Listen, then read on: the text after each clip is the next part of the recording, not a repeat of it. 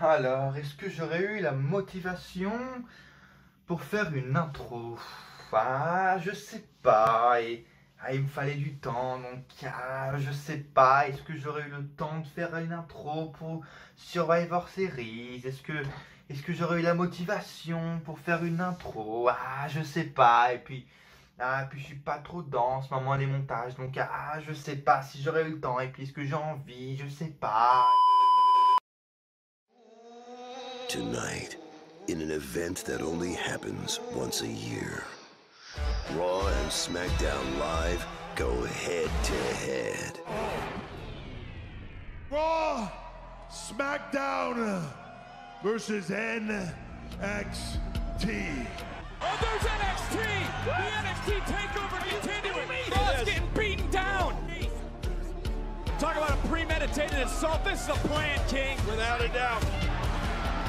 That's Shayna Baszler. Oh, my God! We have now fired the first shot. It's all three teams, all three brands, trying to showcase their supremacy. It seems every time the man is about to reach the top of the mountain, someone tries to knock him back down.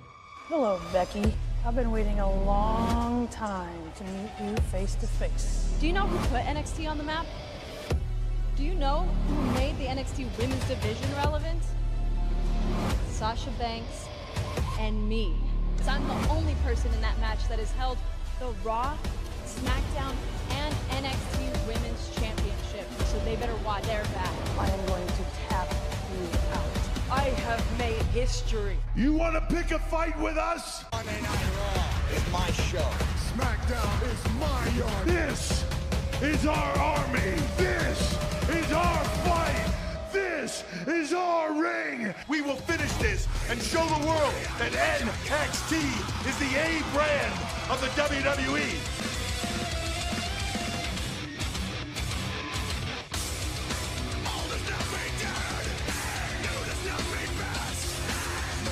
Just remember one thing. We are NXT.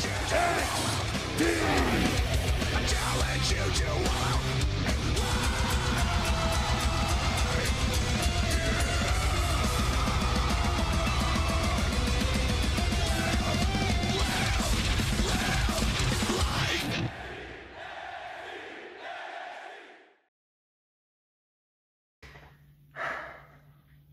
De rien.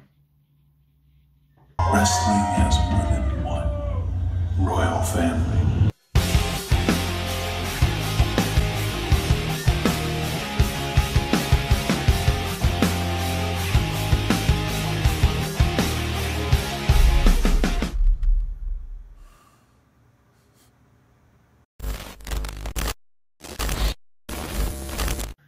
Bon.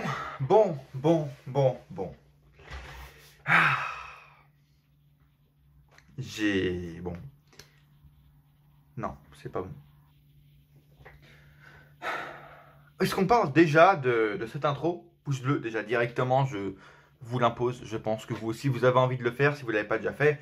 Like, pouce bleu directement pour cette intro magnifique, encore une fois, offert par votre youtubeur préféré, le plus ancien youtubeur catch de France, je le rappelle, Darren Ennis Catch, devant vous ici, l'intérimaire. Si vous n'avez pas encore vu la dernière vidéo pour comprendre, allez la voir sur CM Punk, tout ça, je vous dis la vérité. Bref, allez voir tout de suite ma dernière vidéo et puis laissez un pouce bleu dès maintenant pour cette intro. Abonnez-vous bien sûr si ce n'est pas déjà fait pour ne manquer aucune des autres intros qui vont arriver dans l'année, aucune des autres vidéos spéciales qui vont arriver dans l'année. Vous connaissez les bails. Et je pense voilà, que je mérite un pouce bleu parce que je vais encore une fois vous le dire, c'est un exploit mais youtubeur expérimenté, voilà, je suis capable de le faire. Cette intro que je vous ai offerte, qui mérite un pouce bleu encore une fois, a été faite en 3 heures. Mais quand je dis faite, c'est pas monté, c'est faite, pensée, écrite, tournée, montée et uploadée en 3-4 heures.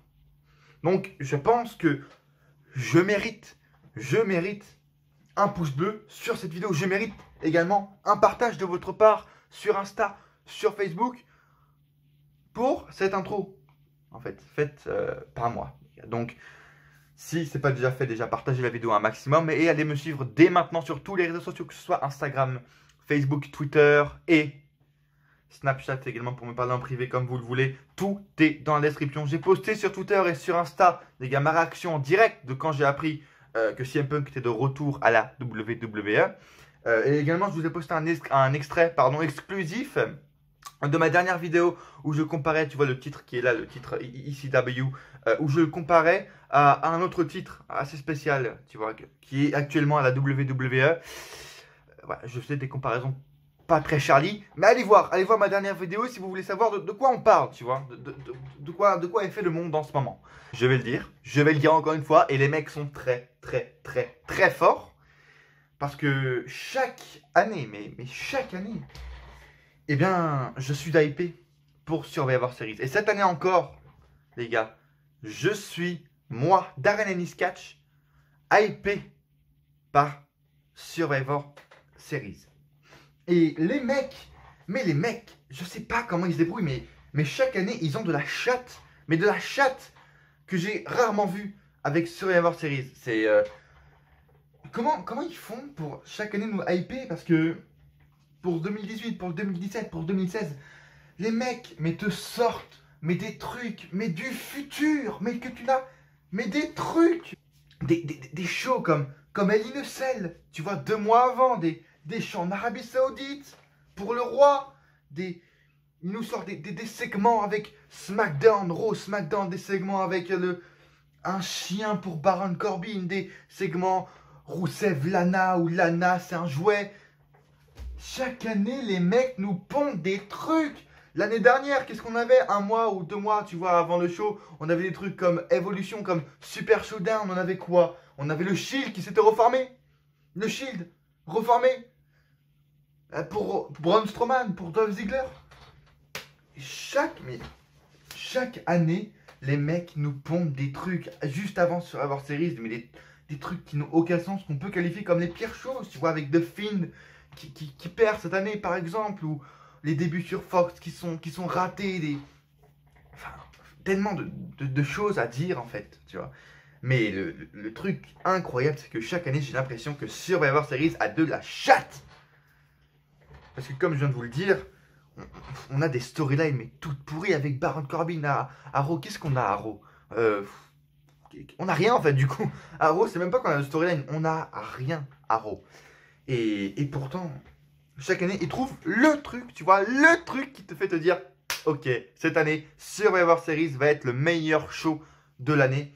Tu vois, alors que tu vois, de Survivor Series, c'est Raw contre SmackDown, donc tu vois, c'est les 2 brands de ce qu'ils ont fait toute l'année. Et bah, tu vois, à la fin d'année, ils s'affrontent pour savoir quelle brand est la meilleure.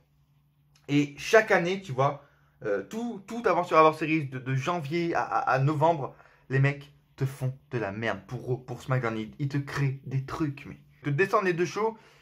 Et pourtant, chaque année, 2 semaines, 3 semaines avant Survivor Series, ils t'arrivent à te donner cette essentiel en mode ok, cette année j'ai envie de voir Survivor Series. Et c'est mon cas les gars, c'est mon cas.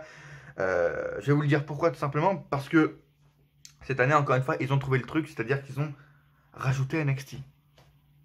Truc tout con mais qui est legit et qui était nécessaire, vraiment nécessaire, parce qu'avec cette wildcard rule, tu vois, je vous le rappelle de mauvais souvenirs, je suis désolé, mais avec cette wildcard rule qui nous a tous, tu vois, mais massacré. Vraiment, cette wildcard rule nous a laissé au sol. Vraiment, elle nous a tous laissé au sol, tous, tu vois, à la fin, vers octobre. Tu vois, octobre, quand il y a eu SmackDown qui arrivait sur Fox, Raw, saison première, tout ça, on arrête la wildcard rule. Tu vois, on commençait à se relever un peu, mais pendant tout le mois, tu vois, de avril jusqu'à novembre, pendant toute la durée de la wildcard rule, on était tous, tu vois, on s'était pris un traumatisme crânien. Tu vois, un gros KO punch. Et puis on voit ça, on voit Survivor Series et les mecs ont réussi à trouver le truc. Est-ce que c'est grâce à Triple H? Est-ce que c'est grâce à Polyman? Je sais pas. Mais ils ont trouvé le truc qu'il fallait faire et qui pour moi est une super bonne idée. Parce que faire un Raw contre SmackDown cette année n'aurait eu aucune utilité, sachant que les deux brands étaient toujours ensemble. T'avais des mecs de Raw qui allaient à SmackDown, enfin bref, vous connaissez la Wildcard Rule. Donc je me suis dit, tu vois, comment ils vont faire pour essayer de nous hyper pour Raw contre SmackDown. Il y avait eu des rumeurs, même l'année dernière, même l'année d'avant, ça commençait comme quoi NXT va être ajouté en Survivor Series 2018, Survivor Series 2017, NXT c'est sûr va être ajouté avec des Bobby Roode, tout ça. Et cette année ils l'ont fait, et c'était nécessaire, et c'est une très bonne idée parce qu'en plus, tu vois, tout s'emboîte parfaitement, que ce soit pour NXT, pour Raw, pour SmackDown, tout s'emboîte parfaitement parce que déjà le Survivor Series, le show, ça le sauve, NXT sauve complètement le show et la stipulation des Survivor Series, tu vois, vraiment. Et même pour NXT, ça c'est parfait. Parce que les mecs ont commencé une guerre avec la AEW, la All Elite Wrestling, tu vois. Tous les mercredis soirs, une carte d'audience. NXT, en plus de chaque semaine, arrive à se rapprocher de plus en plus des audiences et arrive à faire baisser de semaine en semaine les audiences de All Elite. Donc, tu vois, ça commence à être intéressant là, pour l'instant. Et c'est très bien pour eux parce que les mettre, tu vois, mettre NXT dans le main roster, ça peut, bon, déjà, voilà, si on part niveau storyline, ça peut, voilà, les mettre en avant et les faire prouver que c'est la brand supérieure, tu vois, niveau storyline. Mais niveau audience, tu vois, ça les rend legit et ça les rend visibles au monde entier.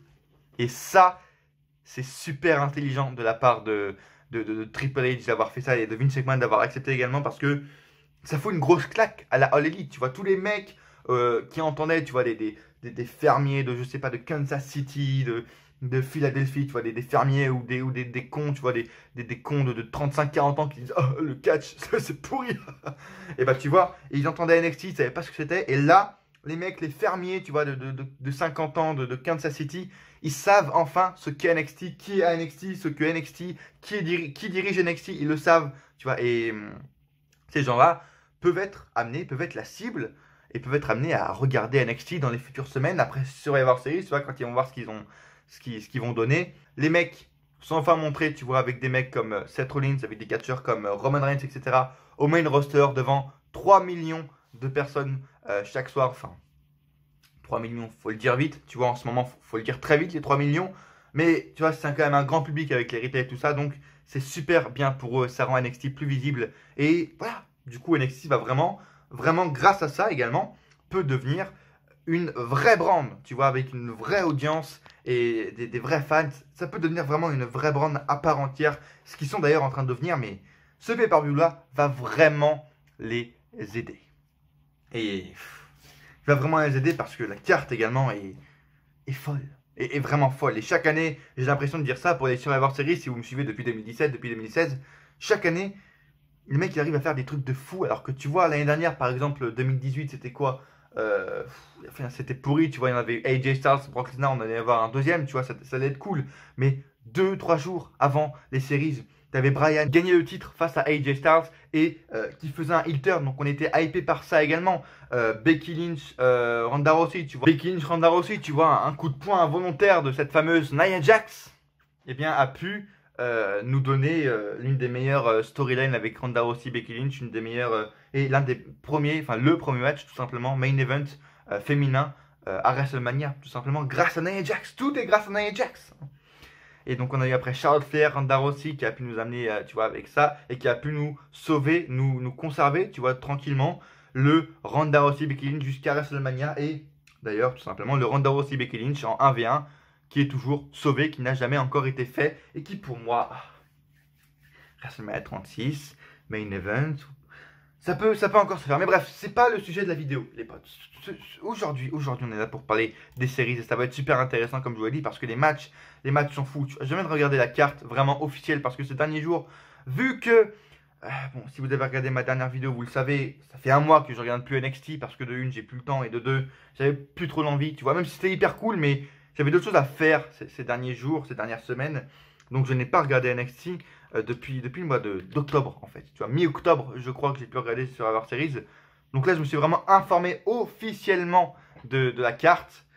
Et bon, déjà, si on parle même pas de NXT, tu vois, on a déjà The Fiend contre Daniel Bryan. Et également une storyline super importante là-dedans parce que déjà juste le match est super cool et l'histoire est super cool. Lesnar Mysterio également, qui est assez inédit. Et on peut le dire qu'il me fait plus peur, tu vois. J'ai plus peur de ce match que j'ai hâte, en fait. Parce qu'avec la WWE, dès qu'il y a un match de Lesnar, ça fait flipper, on est d'accord. Mais là, c'est un match no holds barred, tu vois, sans disqualification, comme je le voulais. Et Mysterio peut écrire l'histoire. Il peut peut-être écrire l'histoire, je n'y crois pas du tout. Mais on ne sait jamais, on va essayer d'expliquer ça, on va essayer de pronostiquer ça à la manière de Vince. Mais voilà, on va essayer de faire ça tout à l'heure dans les pronostics pour ce match. Et puis, tout ce qui est NXT contre Raw, contre SmackDown, c'est... quand je vois le match par équipe, War Raiders contre New Day, contre Undisputed Era, 3 des meilleures équipes ever à la WWE. Ça va être juste incroyable. Les Team Raw contre Team SmackDown contre Team NXT avec les 15 hommes et 15 femmes, là ça va être cool également. Les titres mineurs qui sont défendus. Il y a même le titre NXT, les gars, pour la première fois. Et ça, c'est également une très bonne idée pour mettre en avant NXT, pour rendre visible NXT. Pour dire au monde qui est champion de la NXT, qui est champion par équipe à NXT, etc. Le titre NXT, Adam Cole va défendre son titre NXT au Survivor Series. On peut avoir confiance et qu'on peut avoir envie d'attendre, de voir ce show qui est ce dimanche, tu vois, en direct de l'Illinois. L'Illinois, Chicago, je crois, ou Rosemont, Illinois. Où il peut se passer beaucoup de choses. Il peut se passer beaucoup de choses à Chicago, Illinois, ce dimanche. Bon, après, si on veut être sérieux 2 minutes, même si on est à Chicago, Illinois, Rosemont, Illinois, je pense pas qu'il va se passer grand chose avec le fameux CM Punk, que maintenant tous les commentateurs ont le droit de dire. Tu vois, Michael Cole, Vic Joseph, ils ont tous le droit de redire CM Punk. Ça y est, c'est plus un nom interdit, c'est l'hypocrisie de la WWE. C'est voilà, dès qu'un mec est viré, on n'en parle plus de lui, mais un peu d'hypocrisie, tu vois, chez WWE, un tout petit peu. Mais après, encore une fois, ne jamais dire jamais, parce que tu vois, CM Punk nous a bien work, si on peut dire, avec le fait que non, il ne sera pas backstage, que non, il n'a rien fait avec la Fox, tout ça. Mais en fin de compte, le mec est apparu à WWE backstage et maintenant, c'est maintenant un employé de Fox et même un employé de la WWE, si vous le vouliez ou non. Si vous voulez que je vous prouve ça par A plus B, allez voir ma dernière vidéo où je parle de CM Punk, du titre universel, tout ça. Bref, allez la voir dès maintenant. Les gars, et laissez un pouce bleu si c'est pas déjà fait, encore une fois, pour l'intro. Parce que l'intro, les gars, voilà, encore une fois, ça demande beaucoup de travail. Même si c'était fait en quelques heures, tu vois, ça demande quand même énormément de travail. Et ça me soutient simplement à en faire plus et à continuer mes vidéos. Donc, laissez un like dès maintenant si c'est pas déjà fait. Et abonnez-vous, bien sûr, pour ne rater aucune des prochaines vidéos spéciales, aucune des prochaines intros, tu vois, sur cette chaîne. Et partagez la vidéo un maximum. Et bien sûr, également le plus important, vos commentaires, vos pronostics, laissez-moi en commentaire. Il n'y a pas de jeu des pronostics sur ma chaîne, tu vois, j'ai pas envie de gagner des commentaires facilement, mais laissez-moi en commentaire vos pronostics pour le Survivor Series de cette année 2019, qui de NXT, de Raw ou de SmackDown va dominer les victoires, tu vois, est-ce que NXT va gagner tous les matchs ou est-ce qu'ils vont se faire complètement laminer par un certain Vince McMahon qui n'accepterait pas que NXT soit meilleur que ces deux brands à lui. Dites-moi tout en commentaire, les gars. Et on va se pousser, vous connaissez les bails maintenant, je pense. Adam Cole, comme je disais il y a quelques minutes, va défendre son titre face à un adversaire encore inconnu. Alors je crois que c'est soit Pete Dunne, enfin dans le match du coup à TakeOver War Games, il y aura Pete Dunne, Damien Priest et je sais plus qui, pas Kisley ou je sais plus qui, mais en tout cas ils seront 3 à War Games à s'affronter. Et le vainqueur de ce match, du coup le samedi soir à War Games, affrontera Adam Cole le dimanche, le jour d'après, pour le titre de la NXT au Survivor Series. Et je le fais en premier parce que pour moi il n'y a pas trop de suspense. Minimum 20 minutes, tu vois. C'est là qu'on pourra voir la différence entre NXT, enfin entre NXT et le main roster. Si tu vois le match de champion de NXT dure moins de 20 minutes, bon, tu vois, on va commencer à vraiment voir la différence. Tu vois, les gens vont commencer à vraiment voir la différence entre NXT et le main roster. Bref, Adam Cole pour moi n'a pas beaucoup de chance de perdre son titre. Après un bon match, je pense, il va quand même conserver son titre de la NXT sans trop de difficultés. Avec une intervention peut-être de Roderick Strong, de Kyle O'Reilly, de Bobby Fish, je ne sais pas. Mais Adam Cole conservera pour moi son titre. Vraiment, c'est juste pour mettre en avant le fait qu'il est champion, pour le faire découvrir tout simplement au mainstream. Ensuite, continuons avec la Undisputed Era. Tu vas en faire toute la Undisputed Era d'un coup avec Styles, contre Nakamura, contre Roderick Strong, les champions contre champions des titres mineurs tout simplement de leur branche. Je vous le rappelle, Roderick Strong, champion donc nord-américain de la NXT, Nakamura, champion intercontinental, et AJ Styles, champion des États-Unis, pardon. Parce que tous les matchs doivent et ont besoin de durer minimum 20 minutes. Vraiment, le Styles Nakamura Strong, donnez-nous au moins 15-20 minutes avec les entrées. 20-25 minutes, vraiment. Et je me dis que le show, même s'il n'y a que 8 matchs, ont besoin et méritent 20 minutes minimum chacun. Vraiment, c'est assez incroyable. Donc je sais pas comment ils vont booker ça, mais j'espère vraiment pas être déçu. Est-ce que les mecs veulent juste mettre en avant NXT et vont faire gagner les matchs, tous les matchs par des mecs de NXT, tu vois? Ou est-ce qu'ils vont un peu équilibrer, ou Raw, SmackDown va gagner, ou est-ce que SmackDown et Raw vont se faire complètement enculer? On sait pas. Moi je sais même pas en fait s'il y aura un équilibre ou pas. Je pense vraiment qu'ils veulent mettre NXT en avant quand même, et qu'ils vont, enfin ce sera NXT qui va gagner un peu cette guerre, tu vois, et qui va gagner le plus de matchs.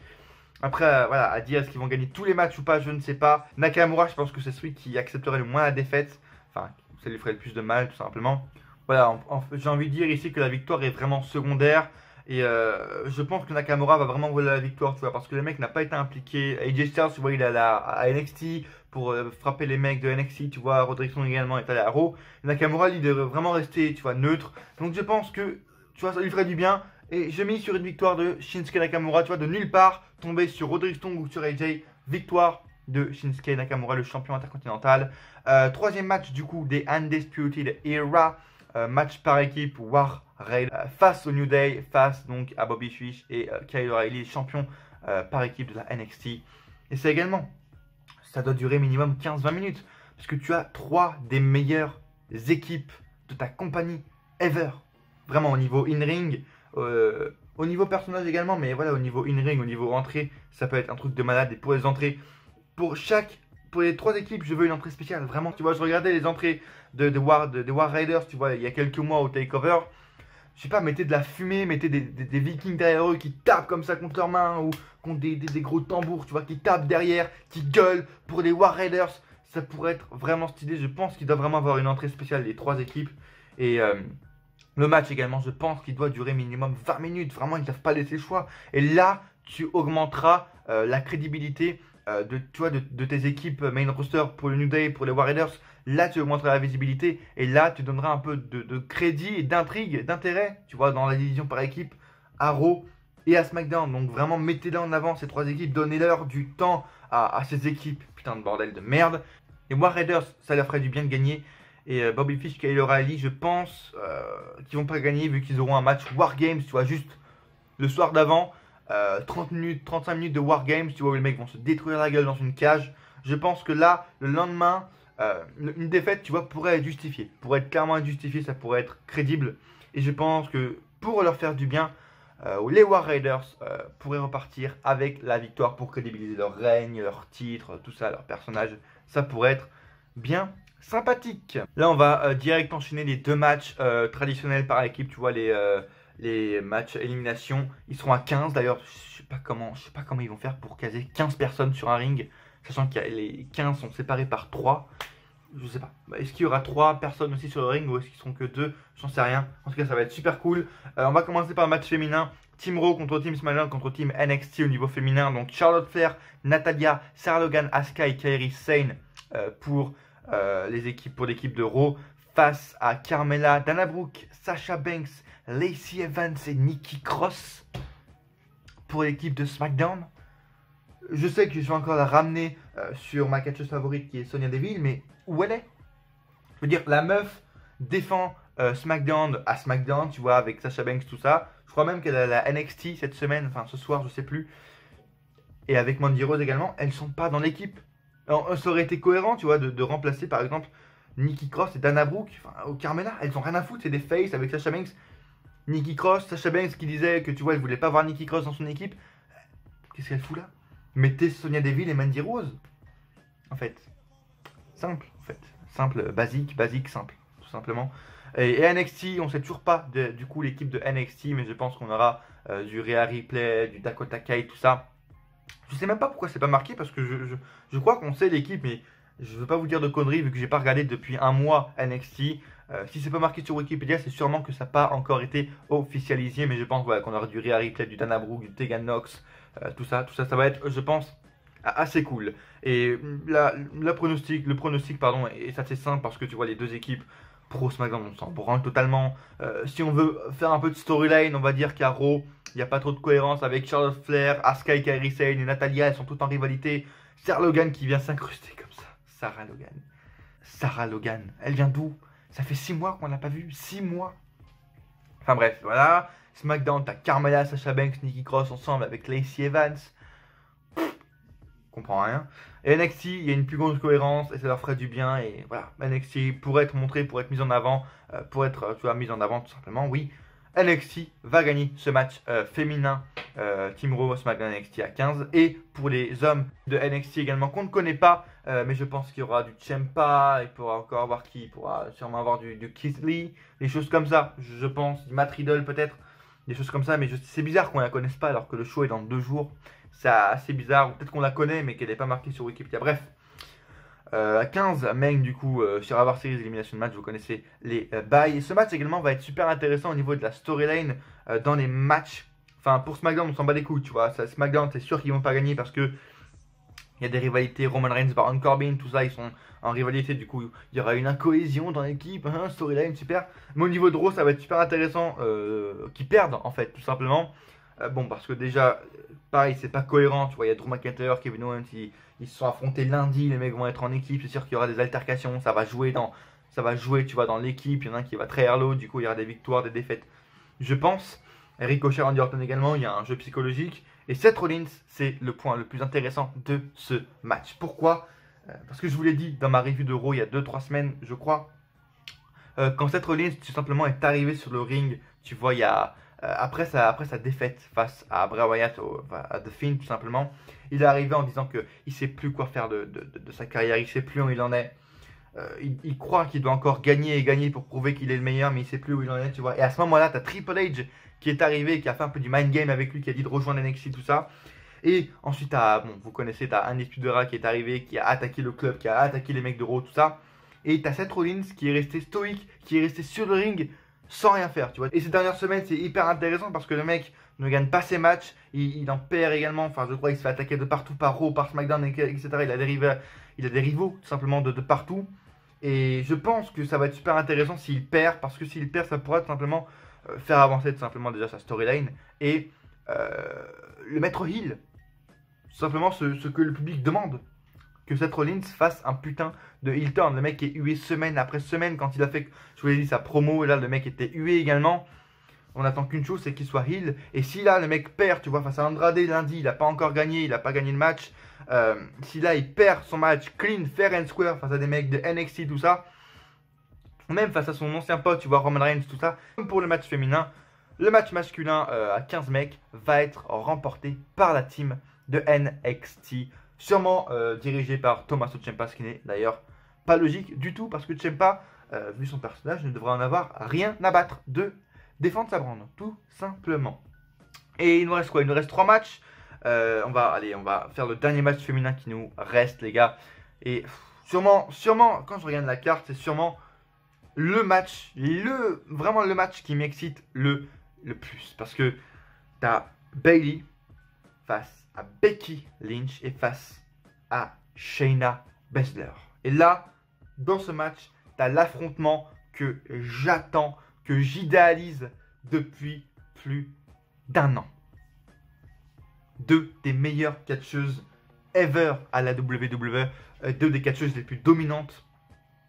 Shayna Baszler n'a pas perdu de match depuis plus de 1 an maintenant, depuis 1 an et 2 mois je crois. Becky Lynch n'a pas perdu son titre depuis WrestleMania.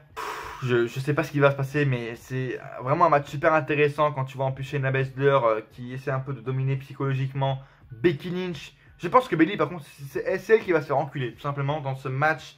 Je pense que c'est elle qui va se prendre la pin, la défaite. Voilà, on va se le dire clairement. Je pense que c'est pas elle qui va être favorisée, mais il faut qu'elle se prenne, une défaite pas clean, tu vois, qu'elle se fasse, je sais pas, qu'elle se prenne des gros coups de chaise d'affilée dans la gueule de Becky, de Shayna, etc. Mais faut pas qu'elle perde genre fair and square. Et au niveau de la victoire, Shayna Baszler, comme je vous l'ai dit, n'a pas eu de défaite depuis plus d'1 an.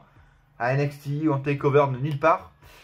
Donc je pense vraiment pas que ça pourrait être symbolique, tu vois, ça pourrait être beau, première défaite de Shayna en main roster, tout ça. Mais non, je pense que Shayna Baszler ne va pas perdre, tu vois, enfin elle va pas gagner le match, mais c'est pas elle qui va se prendre la pin, tu vois ce que je veux dire. C'est pour moi, c'est Becky Lynch qui va aller chercher la victoire face à une Bayley, je pense, tu vois, pour montrer qu'elle est plus forte que Shayna, mais elle va pas piner Shayna comme ça. Déjà de une, on a le 1v1 conservé entre Shayna et Becky, tu vois, pour, je sais pas, pour le Rumble, pour WrestleMania, pour SummerSlam 2020, je sais pas, mais le 1v1 est conservé et aucune des deux ne perd. Shayna Baszler perd le match mais ne perd pas, tu vois, c'est pas elle qui se prend le pin. Et Becky Lynch assoit encore plus sa crédibilité, sa dominance en gagnant ce match face à la championne de SmackDown, tu vois, devant les yeux de Shayna Baszler.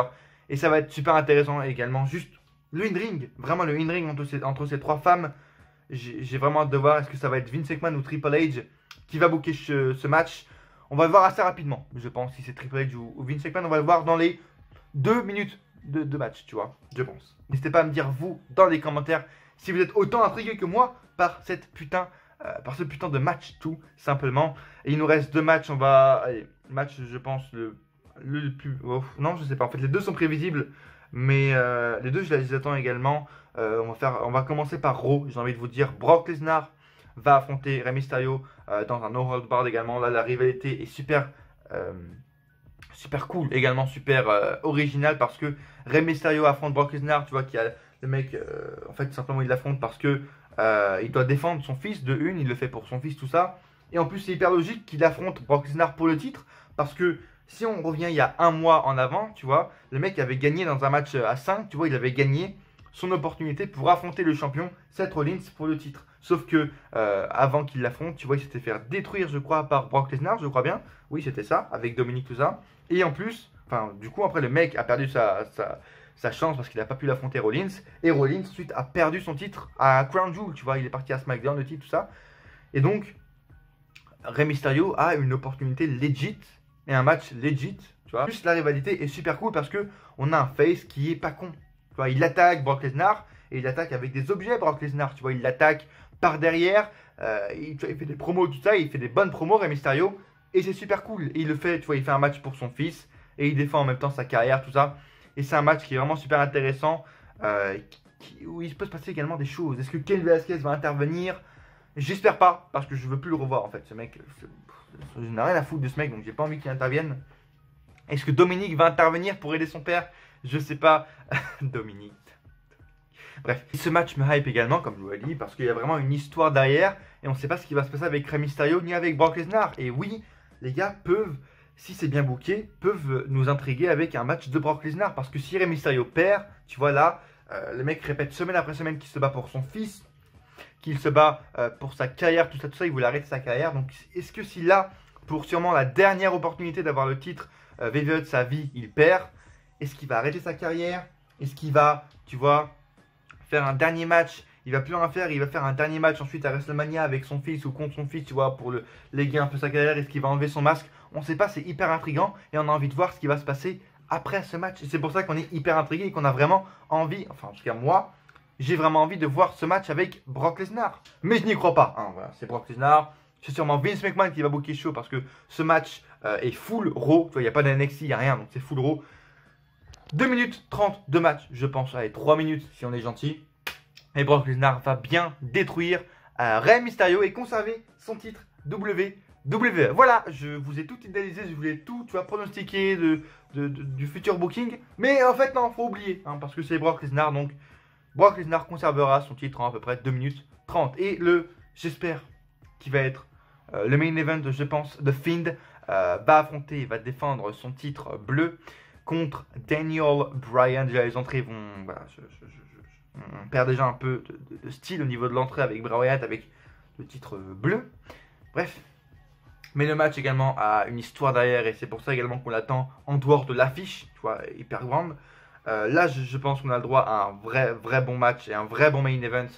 Et l'après-match va être également hyper cool parce que je vois The Fiend conserver, on va pas se le cacher, on va pas tergiverser 20 ans. The Fiend va conserver son titre universel. Il n'y a pas de doute là-dessus jusqu'à WrestleMania au moins pour affronter Aleister Black à WrestleMania, je l'espère. Et Bryan ensuite, ça va être intéressant de voir ce qu'il va faire dans sa carrière. Est-ce qu'il va rester heel, est-ce qu'il va rester face? Moi, vous le savez, de tout cœur, j'espère vraiment que Bryan restera heel et qu'il va vraiment rester heel. Tu vois vraiment que là, après le show à SmackDown, vendredi après le show, les mecs disent vous avez essayé de me retourner le cerveau, tu vois, vous, l'univers VVE, mais vous n'y avez pas arrivé. Vous êtes des fickle. J'espère réentendre le terme fickle de la bouche de Daniel Bryan. Vraiment, je veux qu'il reste heel, tout simplement. Mais c'est ce match-là qui va déterminer est-ce qu'il gagne, est-ce qu'il perd. J'espère vraiment pas, vraiment s'il perd, j'espère pas qu'il redeviendra face parce que il a perdu sa confiance en lui, du coup il a besoin de l'univers. Non, je veux que Daniel Bryan reste heel, vraiment. Et on a eu des sentiments, tu vois, des pressentiments qui peuvent nous laisser dire que Bryan restera heel vu comment il a réagi par exemple au dernier Miz TV, tu vois, où il disait que le Miz TV c'était de la merde, c'était pourri, alors que le Miz est face. The Fiend en main event, bien sûr, conservera son titre bleu. Merci de m'avoir suivi, les amis. C'était une review très très longue, je sais, mais c'est sur Survivor Series, il y avait une intro spéciale, il y avait beaucoup de choses à dire sur ces matchs. Laissez-moi un pronostic également, vos commentaires, comme je vous l'ai dit au début de la vidéo, parce que c'est super important. Je veux avoir votre avis, vos pronostics sur ce match. Pour la première fois, NXT est impliqué dans les main roster. Partagez la vidéo un maximum sur les réseaux sociaux et allez me suivre dès maintenant sur Insta, Darren-AHC, je vous le rappelle, sur Twitter, sur Facebook également pour avoir des extraits exclusifs des prochaines vidéos, pour savoir quand vont sortir les vidéos de Raw, de SmackDown, est-ce que je vais faire des reviews ou pas. Tout est sur mes réseaux sociaux quand je ne fais pas de vidéos. Abonnez-vous, évidemment, Road to 500, Road to 1K, les gars, on y est presque. Fin d'année, je vais atteindre les 500 abonnés, ok? C'est clair? Ok, ça marche. Un pouce bleu encore une fois, n'hésitez pas à laisser un pouce bleu, c'est super important, voilà, pour me soutenir, et pour me donner envie, tout simplement, de continuer mes vidéos. Et à coup sûr, on se retrouve dans une prochaine vidéo. Ou pas.